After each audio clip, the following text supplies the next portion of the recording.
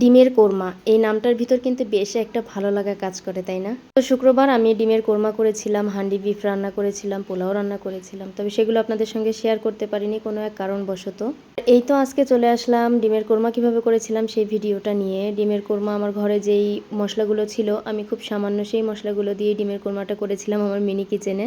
Mini কিচেনের রান্নাবান্নাগুলো আমার বেশ ভালো লাগে। আমি আগে অনেক ভিডিওতে বলেছি আর এইটাতেও আবারও বলছি আর কি, মানে পুনরাবৃত্তি কথার।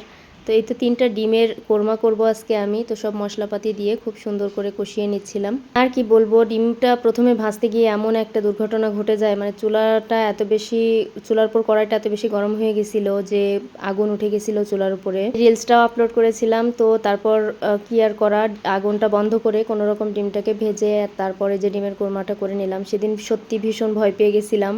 শুধু যে মিনি কিচেনে এই মাটির চুলায় এমন না, বড় চুলাতেও এরকম হয় বা গ্যাসের চুলাতেও কিন্তু অনেক সময় এরকম হয়ে যায় যে আগুন উঠে আসে, কড়াইটা একটু গরম হলে সতর্কতার সাথে রান্না করতে হয় আসলে।